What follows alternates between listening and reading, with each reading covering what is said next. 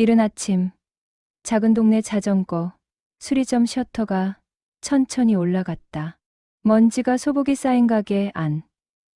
벽면에는 빛바랜 사진들이 가득했다. 젊은 시절 자전거를 타고 전국 각지를 누비던 한 남자의 흑백 사진들.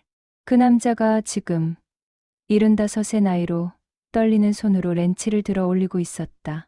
장기수. 그는 평생을 자전거와 함께 살아온 사람이었다.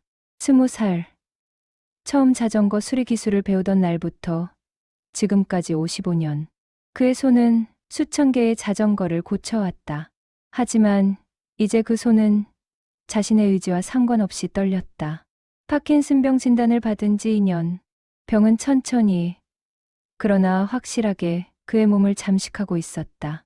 할아버지, 오늘은 쉬세요.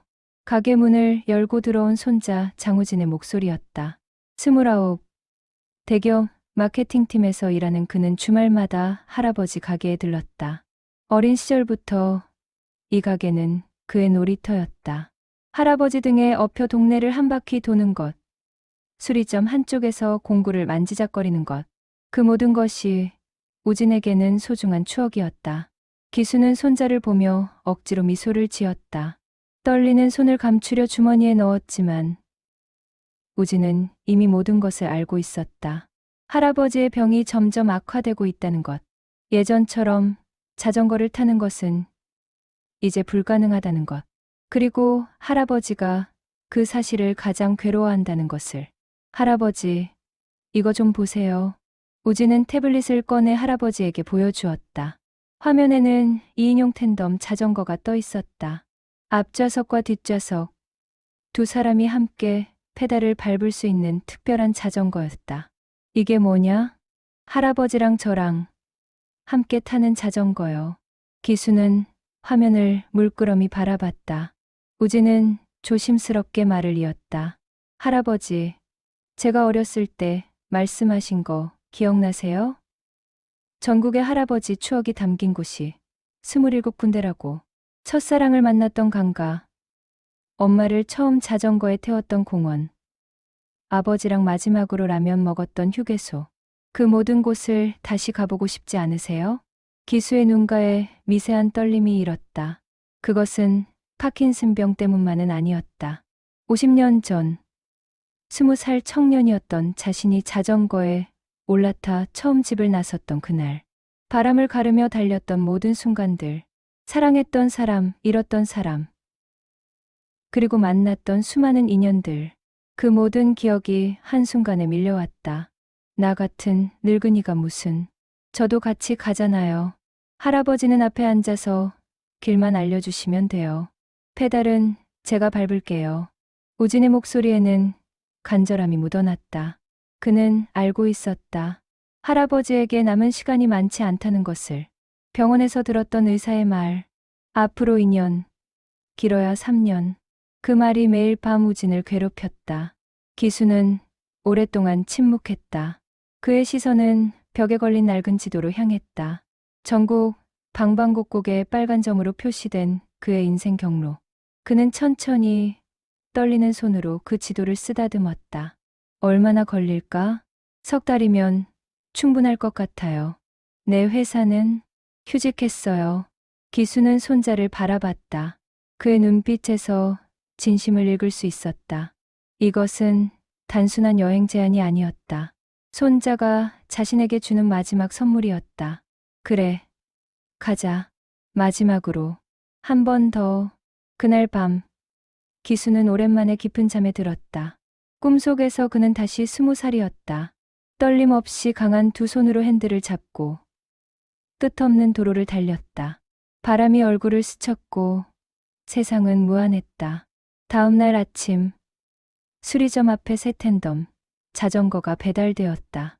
밝은 파란색 차체, 튼튼한 두 개의 안장. 우진은 조심스럽게 할아버지를 앞좌석에 앉혔다. 기수의 손이 핸들을 잡는 순간 그의 눈에서 눈물이 흘러내렸다. 할아버지, 괜찮으세요? 아냐, 그냥 오랜만이라서. 우진은 뒷좌석에 올라탔다. 두 사람의 발이 페달 위에 놓였다. 기수가 떨리는 목소리로 말했다. 그럼 출발할까? 네. 할아버지. 천천히 가요. 페달을 밟기 시작했다. 자전거가 천천히 움직였다. 수리점을 벗어나 골목길을 지나 큰 도로로 나섰다. 55년 만에 장기수는 다시 자전거를 타고 세상으로 나아가고 있었다. 그의 손은 여전히 떨렸다. 하지만 그 떨림 속에는 두려움만 있는 것이 아니었다. 설렘과 기대, 그리고 생의 마지막을 향한 용기가 함께 있었다. 뒤에서 페달을 밟는 손자의 숨소리가 들렸다. 규칙적이고 힘찬 그 소리가 기수에게 힘을 주었다. 길은 멀었다. 그들 앞에는 2400km의 여정이 기다리고 있었다. 봄부터 여름을 지나 가을까지 석 달의 시간. 하지만 장기수는 더 이상 두렵지 않았다. 손자와 함께라면 그 어떤 길도 갈 수 있을 것 같았다. 첫 번째 목적지는 200km 떨어진 강가였다. 그곳에는 50년 전 첫사랑 미니를 만났던 버드나무가 있었다. 과연 그 나무는 아직 그 자리에 서 있을까? 기수는 떨리는 손으로 핸들을 꽉 잡았다. 그리고 앞을 바라보았다. 도로는 그를 기다리고 있었다. 사흘째 되던 날, 그들은 첫 번째 목적지에 도착했다. 남쪽으로 200km를 달려온 끝에 도착한 작은 강가 마을. 기수는 자전거에서 내려 천천히 주변을 둘러보았다. 50년이라는 시간이 많은 것을 바꿔놓았다. 좁았던 길은 넓어졌고 초가집들은 사라지고 현대식 건물들이 들어섰다. 할아버지, 이 동네 맞아요? 우진이 물었다. 기수는 고개를 끄덕였다. 비록 풍경은 바뀌었어도 그의 마음속 지도는 정확했다. 천천히 걸어 강변으로 향했다. 그리고 그곳에서 그는 멈춰 섰다. 버드나무가 있었다. 50년 전 그 자리에 조금 더 크고 늙었지만 여전히 그 버드나무가 서 있었다. 축 늘어진 가지들이 강물에 닿을 듯 말 듯 흔들렸다. 기수는 천천히 나무에 다가가 떨리는 손으로 나무 줄기를 쓰다듬었다. 할아버지, 여기서 뭐 하셨어요? 기수는 잠시 말이 없었다. 그의 눈은 50년 전을 보고 있었다. 1975년 여름, 20살의 장기수가 처음 이 마을에 도착했던 날, 자전거를 타고 전국을 돌며 수리 일을 하던 그는 이 마을에서 일주일을 머물렀다. 그리고 그곳에서 한 소녀를 만났다. 이 나무 아래서 미니를 처음 봤다. 기수의 목소리는 떨렸다. 우진은 조용히 할아버지 옆에 섰다. 미니는 그때 18이었어. 이 마을 약방집 딸이었지. 내가 자전거를 고치고 있는데 자기 동생 자전거 바퀴가 펑크 났다고 가져왔어. 하얀 원피스를 입고 있었는데 이 버드나무 그늘 아래 서 있는 모습이 천사 같았다. 기수는 나무에 기댄 채 눈을 감았다. 그의 머릿속에 그때의 장면이 생생하게 떠올랐다. 수줍게 웃던 소녀의 얼굴, 강물 소리, 버드나무 잎이 바람에 흔들리던 소리. 일주일 동안 매일 여기서 만났어. 미니는 약초를 캐러 온다고 했고 나는 산책한다고 했지. 둘 다 거짓말이었어. 그냥 서로 보고 싶었던 거야. 그래서요? 어떻게 됐어요? 기수는 쓸쓸하게 웃었다. 일주일 후에 나는 떠나야 했어. 다음 마을로 가야 했거든. 마지막 날, 이 나무 아래서 미니에게 말했지. 꼭 돌아올게. 돈 좀 벌고 다시 와서 당신을 데려갈게. 미니는 웃으며 기다리겠다고 했어. 나는 정말 돌아올 생각이었어. 그런데요, 석 달 후에 돌아왔는데 미니는 없었어. 약방도 문을 닫았고 이웃에게 물어보니 서울로 이사 갔다고 하더라. 주소도 연락처도 없었어. 그냥 사라진 거야. 우진은 할아버지의 어깨에 손을 올렸다. 기수는 천천히 품에서 낡은 사진 한 장을 꺼냈다. 50년 된 흑백 사진. 버드나무 아래 서 있는 젊은 여인의 모습이었다. 이게 유일하게 남은 거야. 떠나기 전날 미니가 찍어준 사진. 그 후로는요, 찾아보려고 했어. 1년 동안 서울 이곳저곳을 돌아다녔지. 하지만 찾을 수 없었어. 그러다 내 할머니를 만났고 인생이 흘러갔지. 하지만 민희는 늘 내 마음 한구석에 있었어. 기수는 사진을 다시 품에 넣고 버드나무를 바라봤다. 나무는 여전히 그 자리에 있었다. 50년 동안 수많은 연인들을 보았을 것이다. 만남과 이별, 사랑과 상처. 나무는 모든 것을 기억하고 있을까?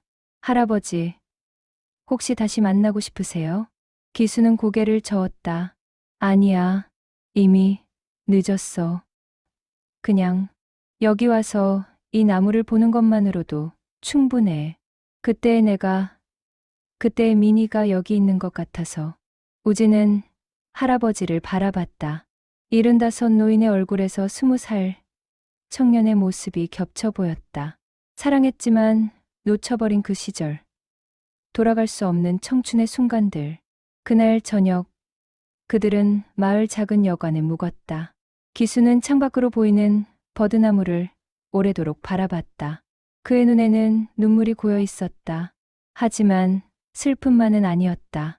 그리움, 감사, 그리고 작은 평화. 50년 만에 처음으로 그는 미니에게 제대로 작별 인사를 할 수 있었다. 다음 날 아침, 떠나기 전 기수는 버드나무 아래 작은 편지를 남겼다. 방수 비닐에 싼 편지를 나무 뿌리 옆흙 속에 묻었다. 미니야, 너무 늦었지만 왔어.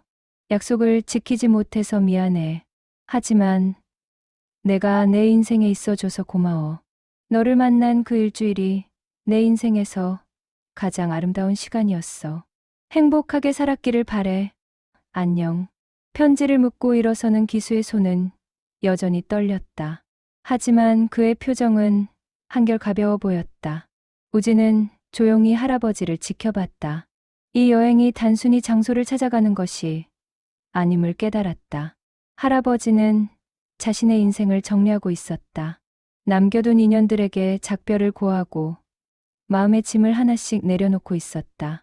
자전거에 다시 올라탔다. 두 번째 목적지를 향해 페달을 밟기 시작했다. 기수는 뒤를 돌아봤다. 버드나무가 점점 멀어졌다. 그는 작게 손을 흔들었다. 안녕. 미니야. 안녕. 나의 첫사랑. 강변도로를 따라 자전거는 달렸다. 아침 햇살이 강물에 반짝였다. 새들이 날아올랐다. 세상은 여전히 아름다웠다. 그리고 그들의 여정은 이제 막 시작되었다. 일주일이 지났다. 텐덤, 자전거는 산과들을 지나 작은 도시에 도착했다. 우진의 어머니, 즉 기수의 딸 정숙이가 어린 시절을 보낸 곳이었다. 기수는 익숙한 듯 길을 찾아 한 공원으로 향했다. 놀이터가 있는 작은 동네 공원. 그곳은 30년 전과 크게 다르지 않았다. 여기에요? 그래. 내 엄마가 5살 때 이 공원에서 처음 자전거를 배웠어. 기수는 공원 벤치에 앉아 주변을 둘러봤다. 시간이 멈춘 듯한 풍경. 오래된 느티나무, 녹슨 그네, 모래가 깔린 놀이터. 그의 눈앞에 30년 전 장면이 펼쳐졌다. 정숙이가 자전거를 너무 타고 싶어 했어. 매일 나한테 조르는 거야. 아빠, 자전거 사줘. 친구들은 다 있는데 나만 없어. 그래서 작은 자전거 하나 사줬지. 우지는 할아버지 옆에 앉았다.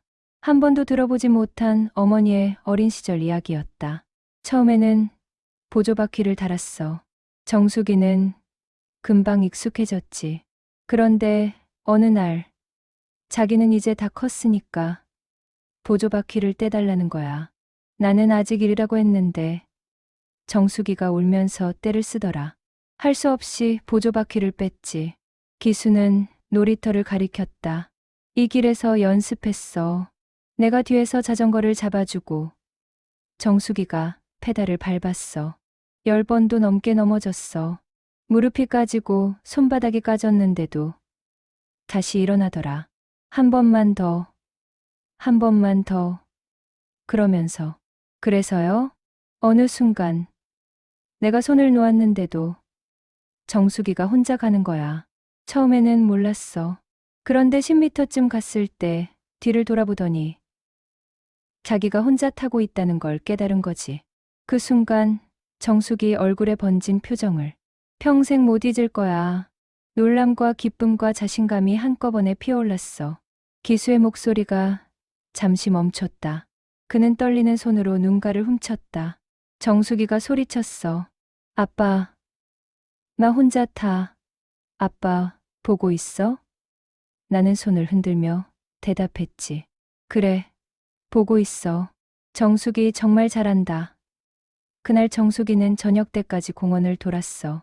자전거에서 내리지도 않고 우진은 가만히 듣고 있었다. 어머니의 그런 모습을 상상하기 어려웠다. 지금의 어머니는 늘 조용하고 차분했다. 활기차게 공원을 달리는 5살 소녀의 모습은 낯설었다. 그런데 할아버지, 엄마는 왜 자전거를 안 타세요? 한 번도 타는 걸 본 적이 없는데. 기수의 표정이 어두워졌다. 그는 한참을 침묵하다가 천천히 입을 열었다. 내 잘못이야. 네. 정숙이가 중학생 때였어. 친구들이랑 자전거 타고 놀다가 차에 치일 뻔했어. 다행히 다치지는 않았는데 나는 너무 놀랐어. 그래서 정숙이를 혼냈어. 심하게 혼냈어. 자전거는 위험하니까 다시는 타지 말라고. 정숙이는 울면서 방에 들어갔고 그 후로 정말 자전거를 타지 않았어. 그게 다예요? 그것 때문에? 아니, 더 있어. 나는 그때 정숙이 자전거를 팔아버렸어. 허락도 없이 그냥 팔아버린 거야. 정숙이가 아끼던 자전거였는데 나는 정숙이 안전을 위한 거라고 생각했어. 하지만 정숙이한테는 배신이었겠지. 기수는 고개를 숙였다. 그의 어깨가 작게 떨렸다. 그 후로 정숙이는 변했어. 말수가 줄었고 나를 멀리하기 시작했어. 나는 그게 사춘기려니 했는데 지금 생각하면 그때 정숙이 마음에 큰 상처를 준 거야. 자전거는 정숙이한테 자유였고 기쁨이었는데 내가 그걸 빼앗아 버린 거지. 우지는 처음 알았다. 어머니가 왜 그렇게 할아버지와 거리를 두는지, 왜 할아버지의 자전거 수리점에 잘 오지 않는지, 그 이유를 이제야 알게 되었다. 할아버지, 엄마한테 말씀하셨어요? 못했어. 어떻게 말해야 할지 몰랐어. 시간이 갈수록 더 어려워졌고, 결국 그냥 묻어두게 됐어. 하지만 늘 미안했어. 정숙이한테 진심으로 사과하지 못한 게 내 평생 후회야. 기수는 벤치에서 일어났다. 공원 한쪽에 공중전화 부스가 보였다. 요즘은 거의 사용하지 않는 낡은 부스. 그는 그쪽으로 천천히 걸어갔다. 우진이 뒤따랐다. 할아버지, 뭐 하시려고요? 정숙이한테 전화해야겠어. 기수는 떨리는 손으로 동전을 넣고 번호를 눌렀다. 신호음이 울렸다. 3번, 4번. 그리고 전화가 연결됐다. 아빠, 우진의 어머니, 정숙의 목소리였다. 정숙아, 왜요? 무슨 일이에요? 우진이 괜찮죠? 아니, 우진이는 괜찮아. 나는 너한테 할 말이 있어서. 전화 너머로 잠시 침묵이 흘렀다. 네, 정숙아. 미안해. 내가 중학생 때 자전거 팔아버린 거. 그게 늘 미안했어. 너무 미안했어. 또 침묵이 흘렀다. 더 길고 무거운 침묵. 우진은 할아버지 옆에서 숨을 죽였다. 아빠가 왜 갑자기 그 얘기를. 정숙의 목소리가 떨렸다. 나는 내 안전을 생각한 거였어. 하지만 방법이 틀렸어. 너한테 물어보지도 않고 내 마음을 생각하지도 않고 그냥 내 맘대로 했어. 정말 미안해. 전화 너머로 흐느끼는 소리가 들렸다. 정숙이 울고 있었다. 아빠, 늦었지만 꼭 말하고 싶었어. 정숙아, 너는 훌륭한 딸이야. 나는 내가 자랑스러워. 그걸 제대로 말하지 못했던 것도 미안해. 아빠, 나도 미안해요. 아빠한테 차갑게 대한 거. 아니야. 내 잘못이 아니야. 모두 내 잘못이었어. 부녀는 한동안 말없이 서로의 숨소리만 들었다. 30년 동안 쌓인 벽이 천천히 무너지고 있었다. 우진은 눈물을 닦았다. 할아버지와 어머니가 이렇게 마음을 나누는 모습을 처음 봤다. 아빠, 어디 계세요? 내가 어릴 때 살던 동네 공원이야. 우진이랑 여행 중이거든. 거기요? 그래. 내가 자전거 배웠던 그 공원. 아직 그대로 있더라. 전화 너머로 정숙의 흐느낌이 더 커졌다. 아빠, 사랑해요. 한 번도 말 안 했는데, 아빠, 사랑해요. 기수는 더 이상 말을 잇지 못했다. 눈물이 뺨을 타고 흘러내렸다. 파킨슨병으로 떨리는 그의 손이 수화기를 꽉 쥐었다. 나도 사랑한다, 정수가. 전화를 끊고 기수는 한동안 부스 안에 서 있었다. 우진이 다가가 할아버지를 껴안았다. 할아버지의 몸이 작게 떨렸다. 할아버지, 괜찮으세요? 그래, 괜찮아. 오히려 마음이 편해졌어. 그날 밤, 그들은 그 동네 작은 모텔에 묵었다. 기수는 잠들기 전 우진에게 말했다. 우진아, 고맙다. 내가 이 여행을 제안하지 않았다면 나는 평생 정숙이한테 사과하지 못했을 거야. 할아버지, 아직 갈 곳이 많이 남았어요. 앞으로도 많은 일이 있을 거예요. 그래, 알아. 그래서 더 기대돼. 이 여행이 끝날 때쯤이면 나는 조금 더 나은 사람이 될 것 같아. 창밖으로 달빛이 들어왔다. 공원의 느티나무가 바람에 흔들렸다. 그곳에는 아직도 5살 소녀가 자전거를 타고 있는 것 같았다. 웃으며 자유롭게 행복하게. 2주일째 되던 날, 날씨가 흐렸다. 구름이 낮게 깔리고 바람이 차가웠다. 그들은 고속도로 옆 작은 휴게소에 도착했다. 낡고 오래된 휴게소. 요즘은 사람들이 잘 찾지 않는 곳이었다. 기수는 자전거에서 내려 휴게소를 바라봤다.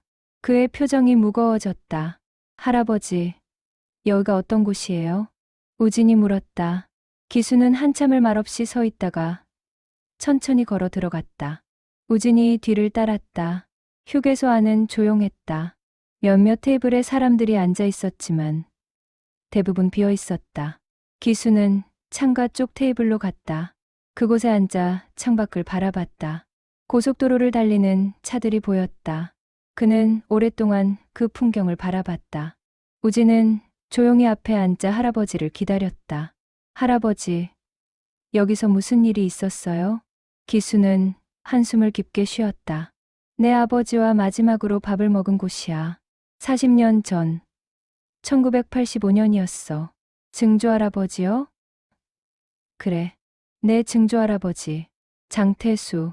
기수는 떨리는 손으로 물잔을 잡았다. 물을 한 모금 마신 후 천천히 이야기를 시작했다. 내 아버지는 평생 농사를 지었어. 충청도 작은 마을에서. 아버지는 내가 농사를 이어받길 바랐어. 장남이었으니까. 하지만 나는 농사가 싫었어. 땅에 묶여 사는 게 싫었어. 자유롭고 싶었어. 그래서 자전거를 시작하신 거예요? 그래. 20살 때 나는 집을 나왔어. 아버지 반대를 무릅쓰고 마을 자전거 수리점에서 기술을 배우고 전국을 떠돌며 일했어. 아버지는 나를 용서하지 않았어. 집안의 수치라고 했어. 기수의 목소리가 낮아졌다. 10년 동안 연락을 끊고 살았어. 나는 나대로 살았고 아버지는 아버지대로 농사를 지었어. 그러다 1985년 어머니가 돌아가셨다는 소식을 들었어. 장례식에 갔는데 아버지는 나를 보지도 않았어. 장례 후에도 말 한마디 없었어. 그런데 왜 여기서? 장례 후 일주일이 지났을 때 아버지한테서 전화가 왔어. 처음이었어. 아버지가 먼저 연락한 게. 한번 보자고 하시더라. 이 휴게소에서 만나자고. 기수는 주변을 둘러봤다. 시간이 멈춘 듯한 공간. 40년 전의 기억이 고스란히 남아있는 것 같았다. 나는 설렜어. 아버지가 드디어 나를 받아주시는 건가 싶었어. 여기 도착했을 때 아버지는 이미 와 계셨어. 저 창가 자리에, 지금 내가 앉은 이 자리에. 우진은 자신도 모르게 할아버지의 손을 잡았다. 기수의 손은 차갑고 떨렸다. 아버지는 라면 2개를 시키셨어. 우리는 말없이 라면을 먹었어. 그리고 다 먹었을 때 아버지가 입을 여셨어. 기수는 잠시 말을 멈췄다. 눈물이 고였다. 기수야, 나는 병이 있다. 의사가 3달 남았다고 했다. 그 말을 듣는 순간 세상이 멈춘 것 같았어. 나는 아무 말도 할 수 없었어. 아버지는 계속 말씀하셨어. 너를 용서 못한 게 아니다. 그냥 방법을 몰랐다. 어떻게 말해야 할지 몰랐다. 눈물이 기수의 뺨을 타고 흘러내렸다. 나는 그때 처음 아버지가 우는 걸 봤어. 일은 평생 눈물 한 번 안 보이시던 분이 내 앞에서 우셨어. 미안하다. 좋은 아버지 못 돼서 미안하다. 나도 울었어. 그렇게 둘이서 한참을 울었어. 우진도 눈물을 닦았다. 기수는 떨리는 목소리로 계속했다. 아버지는 주머니에서 돈 봉투를 꺼내셨어. 내 엄마가 남긴 거다. 내 몫이다. 나는 받지 않으려 했어. 하지만 아버지는 억지로 내 손에 쥐어주셨어. 행복하게 살아라. 내가 원하는 대로 살아라. 그게 내 바람이다. 그게 마지막이었어요? 기수는 고개를 끄덕였다. 그날 헤어지고 2달 후 아버지는 돌아가셨어. 나는 장례 때 처음으로 아버지 손을 잡았어. 차가운 손이었어. 그때 알았어. 아버지가 평생 나를 사랑하셨다는 걸. 다만 표현을 못 하셨을 뿐이라는 걸. 기수는 테이블을 쓰다듬었다. 40년 전 아버지가 앉았던 그 자리. 그는 눈을 감고 아버지의 모습을 떠올렸다. 주름진 얼굴, 굵은 손, 그리고 슬픈 눈빛. 할아버지, 후회하세요? 매일 후회해. 왜 아버지가 살아계실 때 더 자주 찾아뵙지 않았을까? 왜 더 많이 말씀 나누지 않았을까? 왜 사랑한다고 말하지 못했을까? 우진은 할아버지를 꼭 껴안았다. 할아버지, 저는 할아버지를 사랑해요. 정말 많이 사랑해요. 기수는 손자를 안으며 눈물을 흘렸다. 그는 깨달았다. 자신이 아버지에게 받지 못했던 것을 손자가 자신에게 주고 있다는 것을. 그리고 이 여행이 단순히 과거를 찾아가는 것이 아니라 치유의 과정이라는 것을. 우진아, 나도 널 사랑한다. 정말로. 그들은 라면을 시켰다. 40년 전 기수와 그의 아버지가 먹었던 것처럼. 면을 삶는 소리, 김이 올라오는 모습, 뜨거운 국물의 향기. 모든 것이 그때와 같았다. 할아버지, 맛있어요? 그래, 그때 그 맛이야. 기수는 라면을 먹으며 미소 지었다. 슬프면서도 따뜻한 미소. 아버지가 이 자리에 함께 있는 것 같았다. 용서하고 사랑한다고 말하는 것 같았다. 기수는 작게 중얼거렸다. 아버지, 저도 행복하게 살았어요. 제가 원하는 대로 살았어요. 걱정 마세요. 그리고 사랑해요. 창밖으로 비가 내리기 시작했다. 부드러운 봄비. 고속도로를 달리던 차들이 속도를 줄였다. 세상이 조금 느려졌다. 그 느린 시간 속에서 기수는 40년 전의 아버지와 다시 만나고 있었다. 라면을 다 먹고 그들은 한참을 더 앉아 있었다. 서두를 필요가 없었다. 비는 계속 내렸고 휴게소는 조용했다. 기수는 창밖을 바라보며 생각했다. 인생은 후회로 가득하지만 그 후회들이 자신을 만들었다는 것을. 그리고 지금 손자와 함께 이 길을 가며 조금씩 그 후회들을 내려놓고 있다는 것을. 비가 그쳤을 때 그들은 다시 자전거에 올랐다. 젖은 도로 위를 달렸다. 하늘에 무지개가 떴다. 기수는 페달을 밟으며 하늘을 올려다봤다. 무지개 너머 어딘가에 아버지가 웃고 계시는 것 같았다. 한 달이 지났다. 텐덤 자전거는 남쪽에서 동쪽으로 평야를 지나 산으로 향했다. 여름이 시작되고 있었다. 햇살은 뜨거웠고 매미 소리가 가득했다. 그들은 작은 산골 마을에 도착했다. 마을 입구에 낡은 표지판이 서 있었다. 청암리. 기수는 표지판을 보며 자전거를 멈췄다. 그의 표정이 굳어졌다. 우진은 할아버지의 변화를 감지했다. 할아버지, 여기는 어떤 곳이에요? 기수는 대답하지 않았다. 그저 마을 안쪽을 바라볼 뿐이었다. 한참 후, 그가 천천히 입을 열었다. 친구가 살던 곳이야. 아니, 살았던 곳이지. 그들은 자전거를 끌고 마을 안으로 들어갔다. 조용한 마을이었다. 집들은 대부분 비어 있었다. 젊은 사람들은 모두 도시로 떠나고 노인들만 남은 전형적인 산골 마을. 기수는 한 집 앞에서 멈춰 섰다. 무너져가는 낡은 한옥이었다. 여기에요? 그래. 성만이네 집. 기수는 대문을 밀었다. 삐걱거리는 소리와 함께 문이 열렸다. 마당에는 잡초가 무성했다. 집은 오랫동안 사람이 살지 않은 듯 황폐했다. 기수는 마당에 들어서서 주변을 둘러봤다. 성만이는 내 절친이었어. 초등학교 때부터 함께 자랐지. 이 마을에서 태어나 함께 컸어. 성만이는 나와 달리 집을 떠나지 않았어. 가족을 돌보고 농사를 지으며 이곳에서 평생을 살았어. 기수는 마루에 올라가 앉았다. 먼지가 풀썩 일었다. 군대 갔을 때도 같은 부대였어. 1970년대 초반이었지. 우리는 DMZ 근처에서 복무했어. 힘든 시기였어. 추웠고 외로웠고 위험했어. 무슨 일이 있었어요? 기수는 주머니에서 낡은 사진 한 장을 꺼냈다. 군복을 입은 두 명의 젊은이. 하나는 기수였고 다른 하나는 그보다 조금 작은 최고의 남자였다.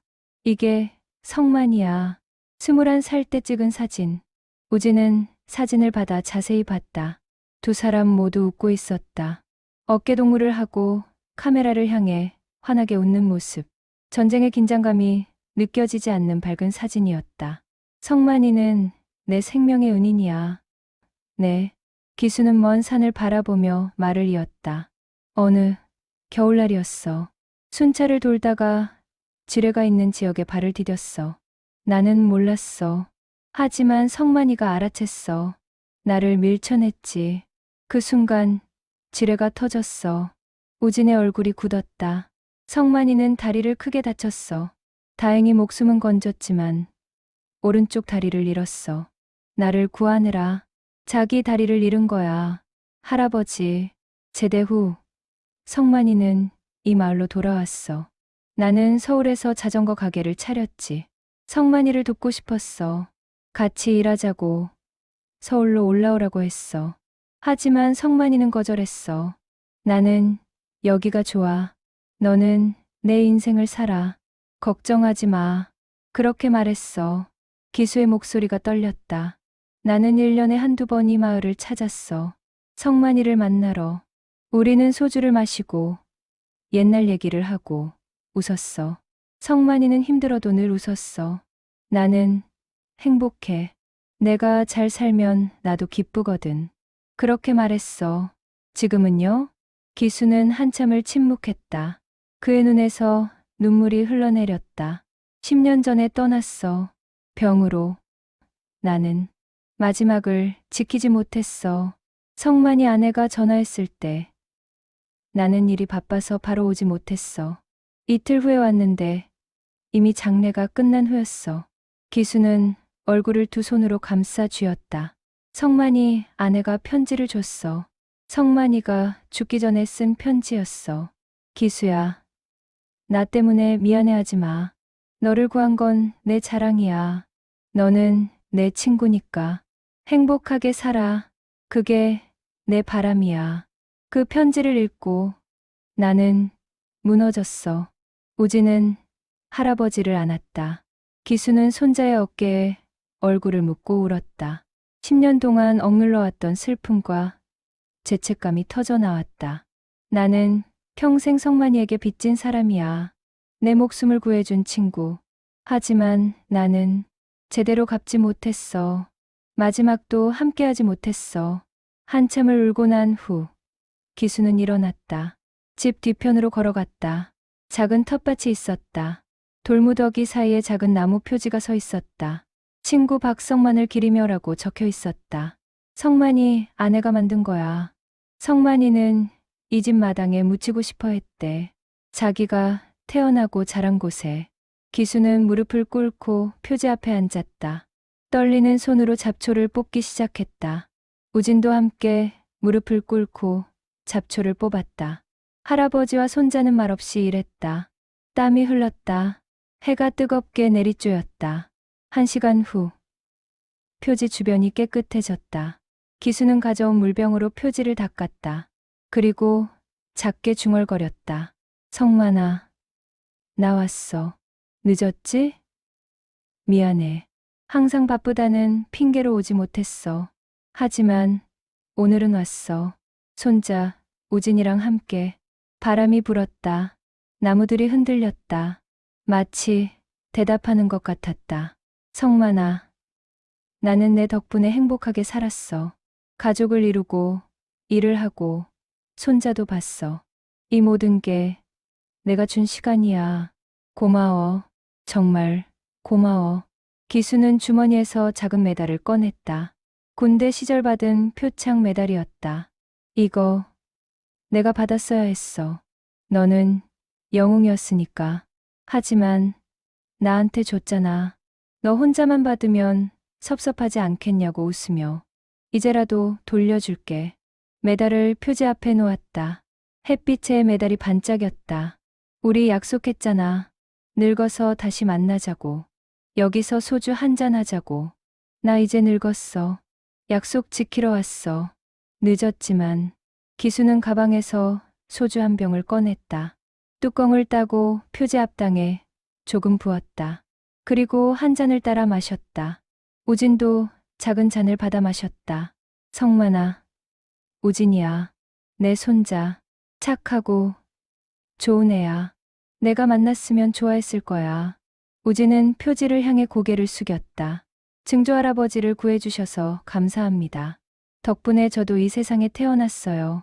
편히 쉬세요. 그들은 오후 내내 그곳에 있었다. 이야기를 나누고 웃고 때로는 눈물을 흘렸다. 성만이가 함께 있는 것 같았다. 바람에 실려오는 그의 웃음소리가 들리는 것 같았다. 해가 질 무렵 그들은 일어났다. 기수는 마지막으로 표지를 쓰다듬었다. 성만아, 나는 이제 가볼게. 하지만 잊지 않을게. 평생 잊지 않을게. 고마웠어, 내 친구. 마을을 떠나며 기수는 뒤를 돌아봤다. 작은 집, 잡초 우거진 마당. 그리고 그곳에 잠든 친구. 모든 것이 저녁 노을 속에 물들어 있었다. 할아버지, 마음이 좀 편해지셨어요? 그래, 조금. 성만이한테 제대로 인사할 수 있어서. 자전거는 다시 달렸다. 산길을 따라 내려왔다. 어둠이 내렸다. 별이 떴다. 기수는 별을 올려다보며 생각했다. 저 별들 중 하나가 성만이일지도 모른다고. 자신을 내려다보며 웃고 있을지도 모른다고. 그 생각이 그를 위로했다. 2달째 접어들었다. 여름은 무르익었고 그들은 북쪽으로 향했다. 목적지는 기수가 태어난 고향 마을이었다. 50년 만에 돌아가는 길. 기수의 가슴은 두근거렸다. 파킨슨병으로 떨리는 손이 평소보다 더 심하게 떨렸다. 할아버지, 괜찮으세요? 긴장돼서 그래. 50년 만이잖아. 마을 입구가 보였다. 송정리라는 팻말. 기수는 자전거를 멈추고 한참을 그 팻말을 바라봤다. 시간이 멈춘 듯했다. 그의 눈앞에 어린 시절이 펼쳐졌다. 여기서 태어나고 자랐어. 20살까지. 마을은 많이 변해 있었다.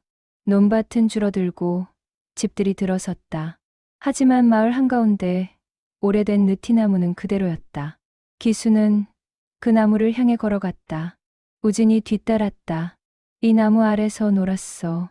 여름이면 친구들이랑 모여서 그늘에 앉아 있었지. 겨울이면 눈사람을 만들고. 나무는 거대했다. 수백 년을 살아온 듯한 굵은 줄기. 넓게 펼쳐진 가지들. 기수는 나무를 만졌다. 거칠고 따뜻한 촉감. 우리 집은 저쪽이었어. 기수가 가리킨 곳에는 새 집들이 들어서 있었다. 그가 살던 집은 흔적도 없이 사라졌다. 기수는 그 자리에 서서 옛집을 떠올렸다. 작은 초가집, 어머니가 밥을 짓던 부엌, 아버지가 농기구를 손질하던 마당. 할아버지, 슬프세요? 아니, 그냥 이상해. 내 모든 게 시작된 곳인데 이제는 아무것도 남지 않았어. 마을 어기작은 슈퍼가 있었다. 기수는 그곳으로 걸어갔다.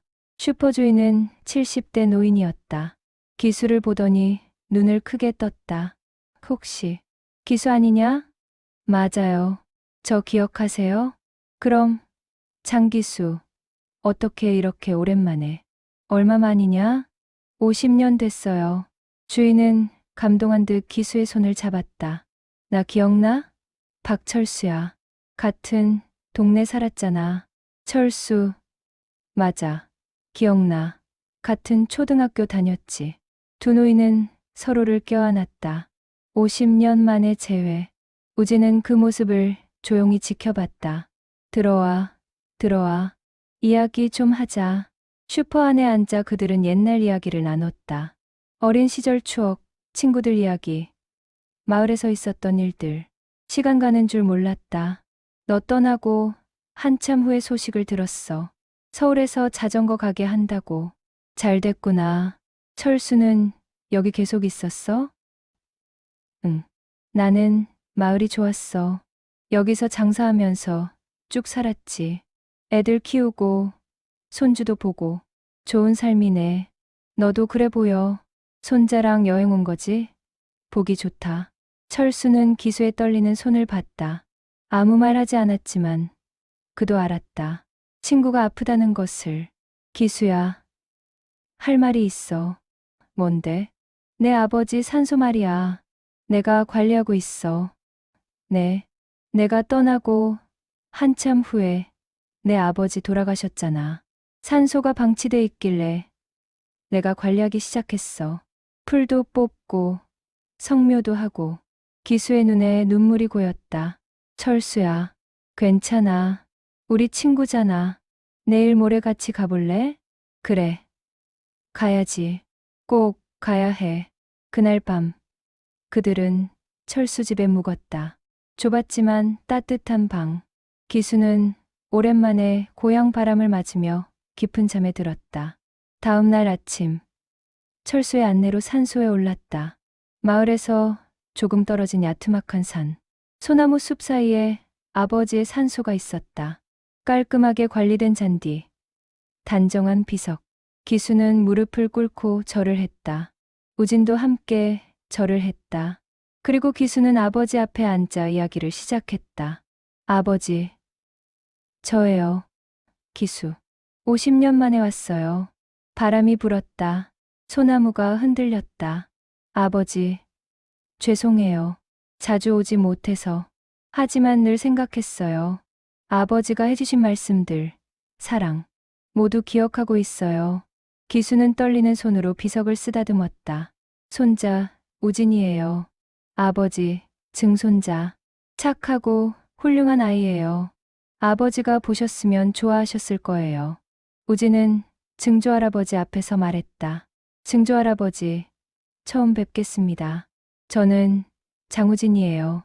할아버지 덕분에 이렇게 자랐어요. 감사합니다. 세 세대가 그곳에 모여 있었다.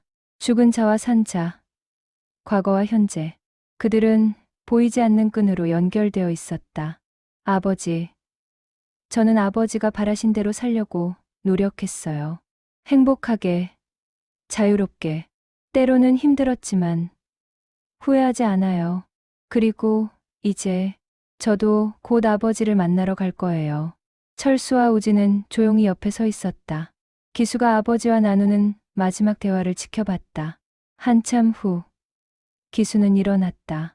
마지막으로 비석을 쓰다듬고 뒤돌아섰다. 그의 얼굴에는 평화가 있었다. 무거운 짐을 내려놓은 듯한 가벼움. 산을 내려오며 철수가 물었다. 기수야, 다음은 어디가? 바다로 갈 거야. 동해의 바다. 거기서 여행이 끝나. 동해. 거기 무슨 의미가 있어? 기수는 미소 지었다. 어렸을 때 꿈꿨던 곳이야. 자전거 타고 바다까지 가는 게 꿈이었어. 20살 때 처음 혼자 동해를 갔었지.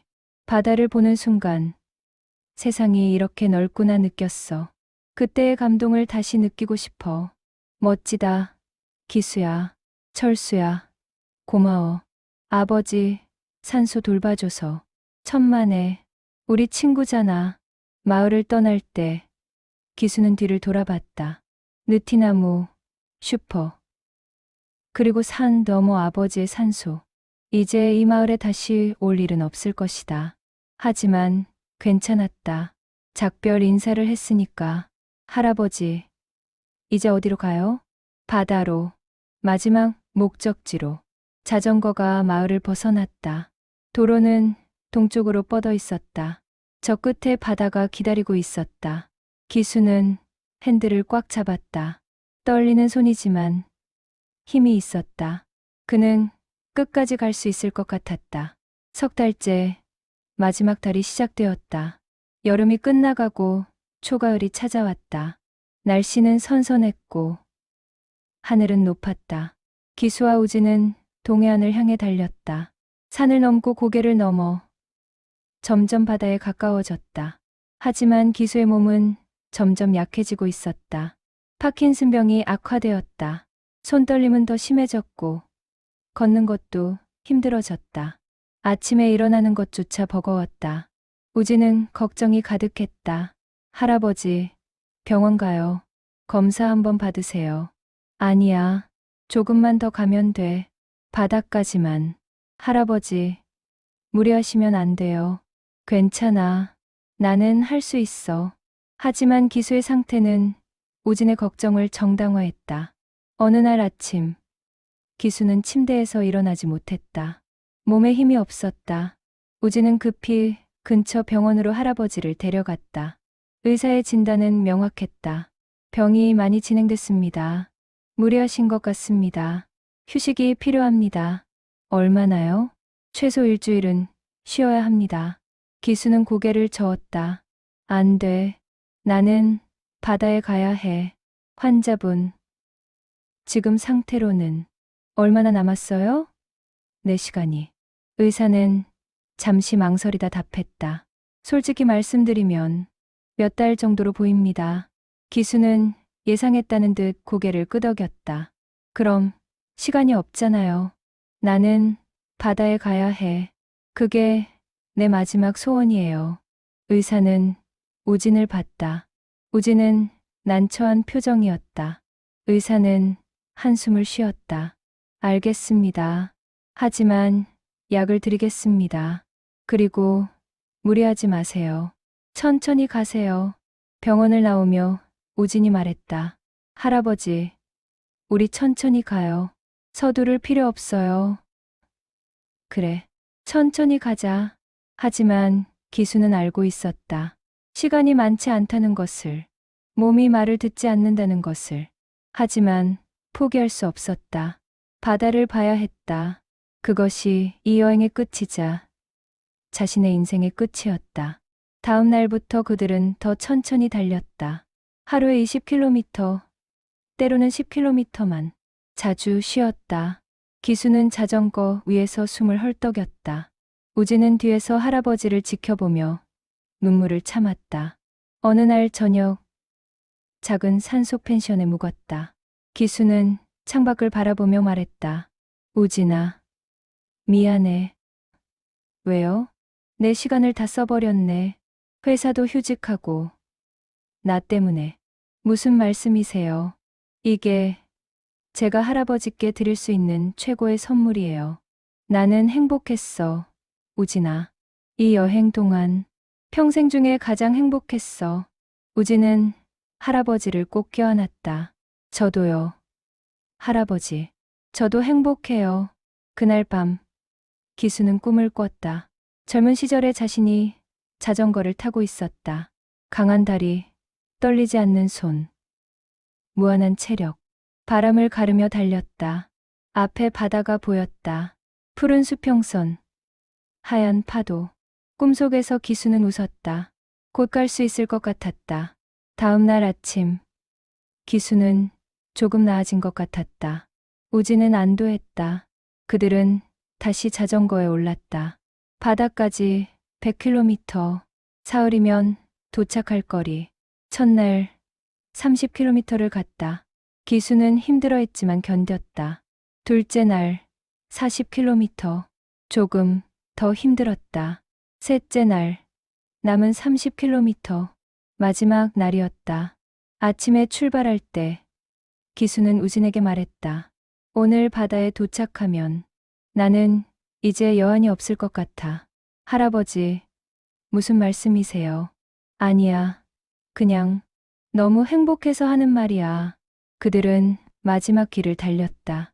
해안도로가 나타났다. 저 멀리 바다가 보이기 시작했다. 기수의 눈이 빛났다. 그는 힘을 내서 페달을 밟았다.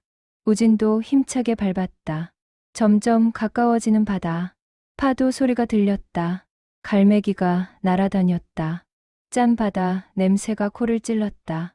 기수는 눈물을 흘렸다. 그토록 보고 싶었던 바다가 눈앞에 있었다. 할아버지, 거의 다 왔어요. 조금만 더. 그래, 조금만 더. 마지막 언덕을 넘었다. 그리고 그곳에 있었다. 넓고 푸른 동해 바다. 끝없이 펼쳐진 수평선. 햇살이 바다에 부서져 반짝였다. 세상에서 가장 아름다운 풍경이었다. 기수는 자전거를 멈췄다. 우진도 멈췄다. 두 사람은 자전거에서 내려 모래사장에 섰다. 기수는 떨리는 손을 앞으로 뻗어 바다를 가리켰다. 우진아, 바다다. 네, 할아버지, 바다예요. 기수는 천천히 바다로 걸어갔다. 모래를 밟는 감촉, 바람의 느낌, 파도 소리. 모든 것이 생생했다. 그는 파도가 밀려오는 곳까지 갔다. 차가운 물이 발을 적셨다. 50년 만이야. 50년 만에 다시 왔어. 기수는 바다를 바라보며 눈물을 흘렸다. 기쁨의 눈물이었다. 안도의 눈물이었다. 그리고 감사의 눈물이었다. 그는 큰 소리로 외쳤다. 나 왔어. 해냈어. 목소리가 바다로 퍼져나갔다. 파도가 대답하듯 밀려왔다. 갈매기들이 날아올랐다. 하늘은 맑았다. 세상은 아름다웠다. 우진은 할아버지를 보며 울었다. 행복한 할아버지의 모습. 살아온 인생의 모든 무게를 내려놓은 듯한 가벼운 모습. 그는 카메라를 꺼내 할아버지를 찍었다. 바다를 바라보는 할아버지의 뒷모습. 영원히 기억하고 싶은 순간이었다. 바다에 도착한 그날, 그들은 해변 근처 작은 여관을 잡았다. 기수는 창문을 열어두고 파도 소리를 들으며 잠들었다. 평화로운 얼굴이었다. 우진은 할아버지를 보며 생각했다. 여행이 곧 끝난다는 것을, 그리고 할아버지의 시간도 얼마 남지 않았다는 것을. 다음 날 아침, 기수는 일찍 일어났다. 우진보다 먼저 일어나 혼자 바다로 나갔다.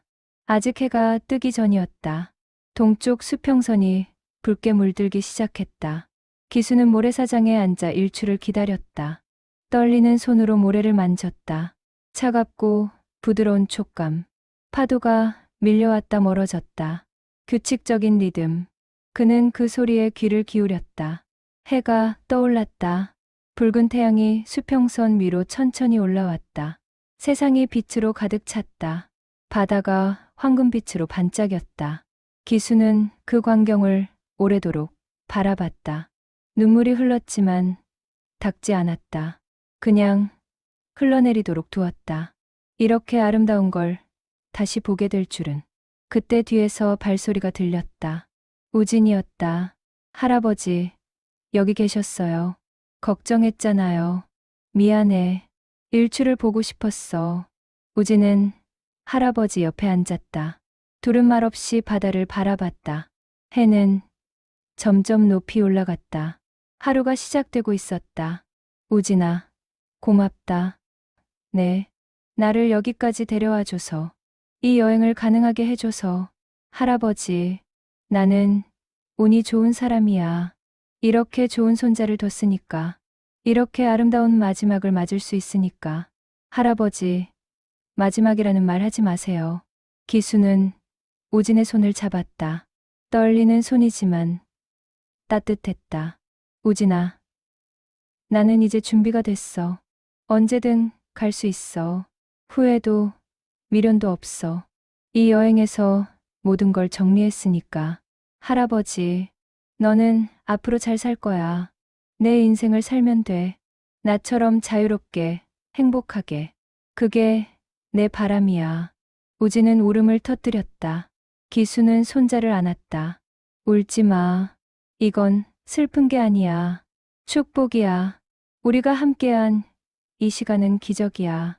그날 하루, 그들은 해변에서 보냈다. 모래성을 쌓았다. 조개를 주었다. 파도에 발을 담갔다. 마치 어린아이처럼 놀았다. 기수는 웃었다. 진심으로 행복한 웃음이었다. 저녁이 되었다. 노을이 지기 시작했다. 기수와 우진은 텐덤 자전거 옆에 앉아 노을을 바라봤다. 하늘이 붉고 주황으로 물들었다. 구름이 금빛으로 빛났다. 이 자전거 참 좋은 친구였어. 기수가 자전거를 쓰다듬었다. 3개월 동안 우리를 여기까지 데려왔잖아. 2400km를. 고마운 친구지. 할아버지, 이 자전거 어떻게 할까요? 우진이, 내가 가져. 언젠가 내 아이와 함께 타면 좋겠어. 그리고 내 이야기를 들려줘. 할아버지가 어떻게 살았는지. 꼭 그렇게 할게요. 노을이 점점 어두워졌다. 별이 하나둘 떠올랐다. 기수는 하늘을 올려다봤다. 수많은 별들, 각각 자신의 빛으로 빛나고 있었다. 저 별들처럼 나도 내 빛으로 빛났으면 좋겠어. 작지만 나만의 빛. 할아버지는 이미 충분히 빛나셨어요. 많은 사람들에게. 그래? 그렇다면 다행이야. 밤이 깊어졌다. 그들은 여관으로 돌아갔다. 기수는 침대에 누워 창밖을 바라봤다. 파도 소리가 들렸다. 별빛이 창을 통해 들어왔다. 그는 평화로웠다. 우진아, 내일 아침에 한 가지만 더 하자. 뭔데요? 자전거 타고 해변을 한 바퀴 도는 거야. 마지막으로. 좋아요. 그렇게 해요. 그날 밤, 기수는 긴 꿈을 꿨다. 자신의 인생 전체가 지나갔다. 어린 시절, 청년 시절, 사랑했던 사람들, 만났던 친구들, 모든 순간들이 파노라마처럼 펼쳐졌다. 그리고 마지막에는 손자 우진과 함께 자전거를 타는 모습이 보였다. 햇살 속을 달리는 두 사람, 행복한 모습이었다. 다음 날 아침, 기수는 일찍 눈을 떴다. 몸이 가벼웠다. 이상할 정도로 가벼웠다. 떨림도 조금 나아진 것 같았다. 그는 우진을 깨웠다. 우진아, 일어나. 가자. 벌써요? 응. 해가 뜨기 전에 가고 싶어. 그들은 서둘러 준비했다. 텐덤, 자전거를 끌고 해변으로 나갔다. 아직 어두웠다. 별들이 남아 있었다. 동쪽 하늘이 조금씩 밝아지기 시작했다. 자전거에 올라탔다. 기수가 앞, 우진이 뒤. 마지막 자리, 페달을 밟기 시작했다. 자전거가 모래사장을 달렸다. 파도 소리, 바람 소리, 타이어가 모래를 밟는 소리. 모든 것이 어우러져 하나의 음악이 되었다. 기수는 깊이 숨을 들이마셨다. 바다 냄새, 새벽 공기의 차가움, 생명의 기운, 모든 것을 느꼈다. 그리고 생각했다. 나는 살았다. 진짜로 살았다. 해가 떠오르기 시작했다. 수평선이 불타올랐다. 세상이 빛으로 가득 찼다. 기수와 우진은 그 빛 속을 달렸다. 황금빛 아침, 뜻없는 바다, 그리고 함께하는 두 사람. 할아버지, 행복하세요? 그래, 우진아. 나는 지금 세상에서 가장 행복해. 자전거는 계속 달렸다. 해변을 한 바퀴, 두 바퀴. 시간이 멈춘 것 같았다. 이 순간이 영원하기를 기수는 바랐다. 하지만 모든 것은 끝이 있다는 것을 그는 알고 있었다. 한 바퀴를 다 돌고 그들은 자전거를 멈췄다. 처음 시작했던 그 자리로 돌아왔다. 원을 그린 것이다. 시작과 끝이 만나는 곳. 기수는 자전거에서 내렸다. 우진도 내렸다. 두 사람은 바다를 바라보며 섰다. 해는 이미 높이 떠올랐다. 새로운 하루가 시작되었다. 우진아, 이제 여한 없다. 기수가 말했다. 그의 얼굴에는 평화가 있었다. 만족이 있었다. 그리고 감사가 있었다. 할아버지, 고마워. 우진아, 모든 것에 대해서. 너는 내 인생 최고의 선물이야. 그들은 서로를 껴안았다. 할아버지와 손자, 과거와 현재, 시작과 끝. 모든 것이 그 순간 하나가 되었다. 바다에서의 일주일이 지났다. 기수는 휴식을 취하며 체력을 회복했다. 하지만 여행은 끝나지 않았다. 집으로 돌아가는 길이 남아 있었다. 우진은 제안했다. 할아버지, 기차 타고 갈까요? 편하게. 아니야. 자전거로 가고 싶어. 천천히, 우리 방식대로. 힘드시지 않을까요? 괜찮아. 오는 길도 여행의 일부잖아. 그들은 다시 텐덤, 자전거에 올랐다. 이번에는 서쪽으로, 집을 향해. 가을이 깊어가고 있었다. 나무숲이 노랗게 물들었다. 바람은 선선했다. 가장 아름다운 계절이었다. 돌아오는 길은 갈 때와 달랐다. 이미 본 풍경들이었지만 다르게 보였다. 기수는 더 여유롭게 주변을 관찰했다. 작은 것들에 눈을 주었다. 길가의 꽃, 날아가는 새, 구름의 모양, 모든 것이 소중했다. 며칠을 달린 후 그들은 한 작은 마을에 들렀다. 마을 입구에 가을 축제 현수막이 걸려 있었다. 주민들이 모여 농산물을 팔고 음악을 연주하고 춤을 추고 있었다. 우진아, 저기 들러보자. 좋아요. 축제장은 활기찼다. 웃음소리, 음악 소리, 아이들의 뛰어노는 소리. 기수는 그 활기에 감염되었다. 오랜만에 사람들 속에 섞였다. 한 할머니가 떡을 팔고 있었다. 기수는 떡을 샀다. 우진과 나눠 먹었다. 달콤하고 부드러웠다. 맛있네요. 그치? 옛날 맛이 나. 무대에서는 마을 어르신들이 공연을 하고 있었다. 전통 춤을 추고 노래를 불렀다. 기수는 그 모습을 보며 박수를 쳤다. 우진도 함께 박수를 쳤다. 할아버지도 저렇게 춤추실 수 있어요? 옛날에는 했지. 이제는 몸이 말을 안 들어서. 그래도 해보세요. 한 번만. 기수는 웃으며 고개를 저었다. 하지만 우진은 할아버지를 무대 가까이로 끌고 갔다. 음악이 바뀌었다. 경쾌한 트로트가 흘러나왔다. 자, 할아버지, 춤 추세요. 아이고, 정말.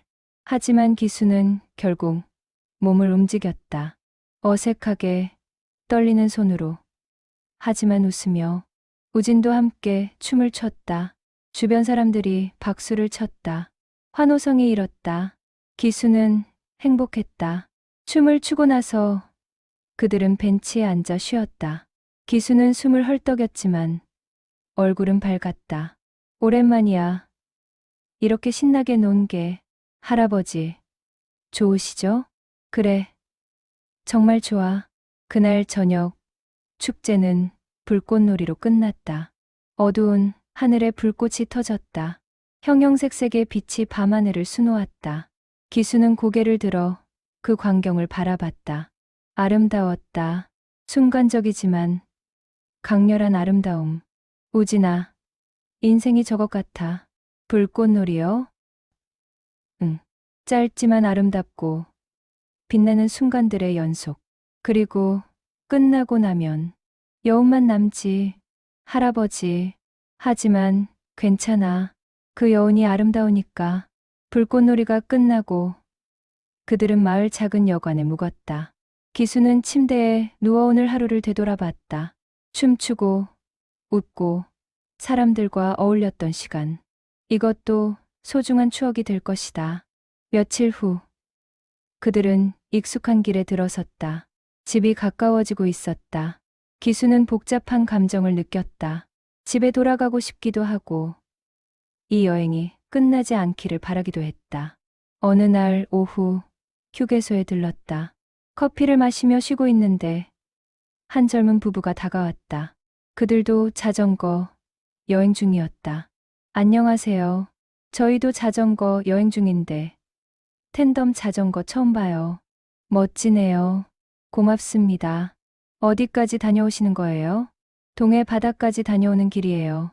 와, 대단하시네요. 함께 가시는 분은 제 손자입니다. 부부는 감동한 듯 보였다. 정말 멋진 여행이네요. 저희도 나중에 저렇게 해야겠어요, 여보. 부인이 남편에게 말했다. 남편도 고개를 끄덕였다. 할아버지, 여행하시면서 힘드시지 않으셨어요? 기수는 미소 지었다. 힘들었죠. 하지만 그만한 가치가 있었어요. 평생 기억할 여행이에요. 부럽습니다. 저희도 그런 추억 만들고 싶어요. 만드세요. 지금, 당장.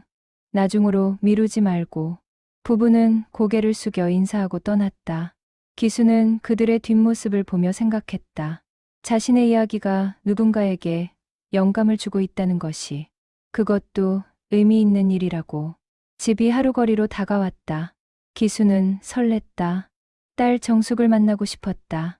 여행 중 전화로 자주 대화했지만 직접 만나는 것은 달랐다. 전하고 싶은 이야기가 많았다. 마지막 밤 집 근처 모텔에 묵었다. 내일이면 집에 도착한다. 여행이 끝난다. 기수는 잠들기 전 우진에게 말했다. 우진아, 이 여행은 내 인생 최고의 선물이야. 저도요. 할아버지, 평생 잊지 못할 거예요. 우리 약속 하나 하자. 뭔데요? 나중에 내가 늙었을 때 내 손자나 손녀와 이런 여행을 하는 거야. 그리고 내 이야기를 들려주는 거야. 꼭 그렇게 할게요. 고마워. 우진아, 정말 고마워. 그날 밤 기수는 깊은 잠에 들었다. 꿈속에서 그는 다시 젊었다. 자전거를 타고 전국을 누볐다. 하지만 이번에는 혼자가 아니었다. 옆에 손자 우진이 있었다. 함께 웃으며 달렸다. 끝없는 도로, 푸른 하늘, 그리고 자유. 완벽한 꿈이었다. 3개월의 여정이 끝나는 날이 왔다. 가을 햇살이 따사로웠다. 기수와 우진은 마지막 몇 킬로미터를 달렸다. 익숙한 거리가 나타났다. 동네 슈퍼, 공원, 그리고 자전거 수리점. 가게 앞에 자전거를 세웠다. 셔터는 내려져 있었다. 3개월 동안 문을 닫았으니 당연했다. 기수는 떨리는 손으로 열쇠를 꺼냈다. 셔터를 올렸다. 삐걱거리는 소리와 함께 가게가 모습을 드러냈다. 먼지가 쌓여 있었다. 하지만 모든 것이 그대로였다. 공구들, 자전거 부품들, 벽에 걸린 사진들. 기수는 가게 안으로 들어가 주변을 둘러봤다. 50년 동안 그의 삶이 있던 곳. 할아버지, 집이 그리우셨죠? 그래, 역시 집이 제일 좋아. 그때 밖에서 목소리가 들렸다. 아빠, 정숙이었다. 기수의 딸. 그녀는 달려와 아버지를 껴안았다. 눈물을 흘리며 아빠, 잘 다녀오셨어요? 그래, 정숙아, 잘 다녀왔어. 많이 힘드셨죠? 아니야, 행복했어. 정말 행복했어. 정숙은 우진도 안았다. 우진아, 고마워. 아버지 잘 모셔줘서. 당연한 일이에요, 엄마. 그들은 가게 안으로 들어갔다. 정숙은 준비해온 음식을 꺼냈다. 아버지가 좋아하는 음식들. 그들은 함께 식사를 했다. 여행 이야기를 나눴다. 웃고 울고 추억을 나눴다. 정수가 미안해. 그리고 고마워. 왜요? 아빠, 좋은 딸이 되어줘서, 나를 용서해줘서. 정숙은 아버지 손을 잡았다. 아빠, 저야말로 고마워요. 저를 낳아주시고, 키워주시고, 사랑해주셔서. 기수는 딸을 보며 미소 지었다. 모든 것이 제자리를 찾았다. 오랫동안 풀리지 않았던 매듭이 풀렸다. 저녁이 되었다. 정숙은 집으로 돌아갔다. 기수와 우진만 가게에 남았다. 기수는 가게 한쪽 작은 방에 침대를 펼쳤다. 그가 늘 자던 곳이었다. 할아버지, 저는 옆방에서 잘게요. 그래, 우진아, 잘 자. 할아버지도 푹 쉬세요. 우진이 방을 나갔다. 기수는 혼자 남았다. 그는 침대에 누워 천장을 바라봤다. 3개월의 여행이 주마등처럼 지나갔다.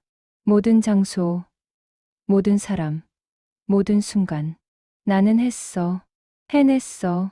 그는 만족스러웠다. 더 이상 후회할 것이 없었다. 사랑하는 사람들에게 작별을 고했고, 하고 싶었던 일을 했고, 꿈을 이뤘다. 이제 여한이 없었다. 그날 밤, 기수는 깊은 잠에 들었다. 꿈을 꾸지 않았다. 그저 고요하고 평화로운 어둠 속에 있었다. 편안했다. 다음 날 아침, 우진이 할아버지를 깨우러 갔다. 문을 열고 들어갔다. 할아버지는 침대에 누워 있었다. 평화로운 얼굴로, 마치 잠든 것처럼. 할아버지, 일어나세요. 대답이 없었다. 우진은 다가갔다. 할아버지의 손을 잡았다. 차가웠다. 그 순간, 우진은 알았다. 할아버지가 떠났다는 것을. 할아버지, 눈물이 쏟아졌다. 하지만 동시에 우진은 알았다. 할아버지는 행복했다는 것을. 원하는 방식으로 마지막을 맞이했다는 것을. 여한 없이 떠났다는 것을. 장례는 조용히 치러졌다. 가족들과 친구들이 모였다. 모두 기수를 추억했다. 그가 얼마나 자유롭게 살았는지, 얼마나 사랑했는지, 얼마나 멋진 사람이었는지. 장례 후, 우진은 텐덤 자전거를 가져왔다. 청소하고 기름칠을 했다. 그리고 가게 한쪽에 전시했다. 장기수 할아버지의 마지막 여행이라는 팻말과 함께 사진들도 벽에 걸었다. 여행 중 찍은 모든 사진들. 사람들이 찾아왔다. 자전거를 보고, 사진을 보고, 이야기를 들었다. 많은 사람들이 감동했다. 어떤 이들은 눈물을 흘렸다. 어떤 이들은 자신도 그런 여행을 하고 싶다고 말했다. 기수의 이야기는 입소문을 탔다. 신문에 실렸다. 방송에 나왔다. 많은 사람들이 그의 용기와 사랑에 대해 이야기했다. 그는 많은 이들에게 영감이 되었다. 1년 후, 우진은 자전거 수리점을 다시 열었다. 할아버지의 가게를 이어받은 것이다.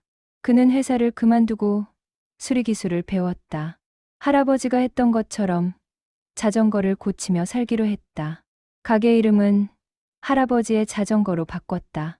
손님들이 찾아왔다. 자전거를 고치러 오기도 하고 그냥 이야기를 나누러 오기도 했다. 우진은 할아버지 이야기를 들려주었다. 사람들은 감동했다. 어느 봄날 한 소녀가 아버지와 함께 가게에 왔다. 아저씨, 저희도 자전거 여행 가려고요. 텐덤, 자전거 있어요? 우진은 미소 지었다. 물론이죠. 이쪽으로 오세요. 소녀와 아버지에게 텐덤 자전거를 보여줬다. 그들은 눈을 빛냈다. 아저씨, 이거 어떻게 타요? 두 사람이 함께 페달을 밟으면 돼요. 앞사람은 방향을 잡고 뒷사람은 힘을 내는 거죠. 함께하면 멀리 갈 수 있어요. 저희도 멀리 갈 수 있을까요? 우진은 소녀의 머리를 쓰다듬었다. 물론이에요. 함께라면 어디든 갈 수 있어요. 소녀와 아버지는 자전거를 빌려갔다. 우진은 그들의 뒷모습을 지켜봤다. 할아버지와 자신의 모습이 겹쳐 보였다.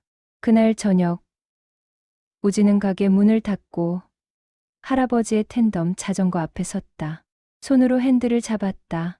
할아버지의 온기가 느껴지는 것 같았다. 할아버지, 저 잘하고 있죠?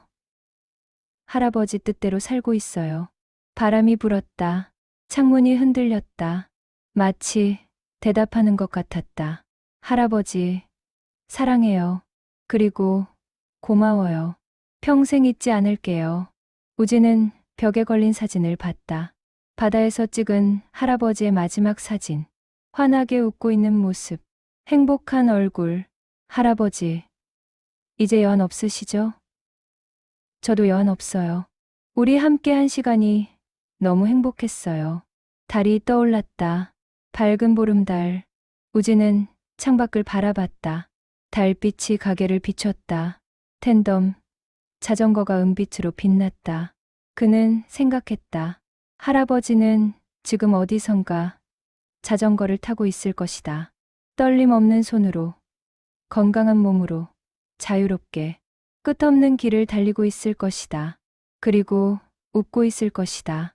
할아버지, 언젠가 저도 그곳에서 할아버지를 만날 거예요. 그때 또 함께 자전거 타요. 약속해요. 바람이 다시 불었다. 따뜻한 바람이었다. 봄이 왔다. 새로운 시작의 계절. 우진은 미소 지었다. 삶은 계속되었다. 할아버지 없이도. 하지만 할아버지의 사랑과 추억과 함께 우진은 매일 가게를 열었다. 자전거를 고쳤다. 사람들을 만났다. 이야기를 나눴다. 할아버지가 했던 것처럼. 그리고 가끔, 정말 가끔, 텐덤 자전거에 올라 혼자 달렸다. 앞자리에 앉아 핸들을 잡고 뒷자리를 비워둔 채. 하지만 혼자가 아니었다. 할아버지가 함께 있었다. 보이지 않지만 느껴졌다. 바람처럼, 햇살처럼 함께 있었다. 그렇게 시간은 흘렀다. 계절이 바뀌고 세월이 지나도 할아버지의 자전거는 그 자리에 있었다. 사람들의 추억 속에, 우진의 가슴 속에, 그리고 그 작은 가게 안에. 어느 날 한 기자가 우진에게 물었다. 할아버지의 마지막 말씀이 뭐였나요? 우진은 잠시 생각하다 대답했다. 이제 여한 없다. 그게 할아버지의 마지막 말씀이었어요. 바다에 도착했을 때 정말 여한이 없으셨을까요? 우진은 확신에 찬 목소리로 답했다. 네, 할아버지는 정말 여한 없으셨어요. 하고 싶은 일을 다 하셨으니까, 사랑하는 사람들과 화해하셨으니까, 꿈을 이루셨으니까. 할아버지는 완벽한 마침표를 찍으셨어요. 기자는 감동한 듯 고개를 끄덕였다. 당신도 언젠가 그런 마침표를 찍고 싶으신가요? 우진은 창밖을 바라봤다. 텐덤, 자전거를 타고 지나가는 부녀의 모습이 보였다. 그들은 웃으며 달렸다. 네, 하지만 아직은 아니에요. 저는 이제 시작이에요. 할아버지가 주신 선물로 제 인생을 살아갈 거예요. 그리고 언젠가 제가 늙었을 때 할아버지처럼 여한 없는 마침표를 찍고 싶어요. 해가 졌다. 노을이 아름다웠다. 붉고 황금빛 하늘. 우진은 가게 문을 닫았다. 할아버지의 사진에 인사했다. 할아버지, 오늘도 좋은 하루였어요. 내일 또 만나요. 그리고 집으로 걸어갔다. 가벼운 발걸음으로. 마음은 평화로웠다.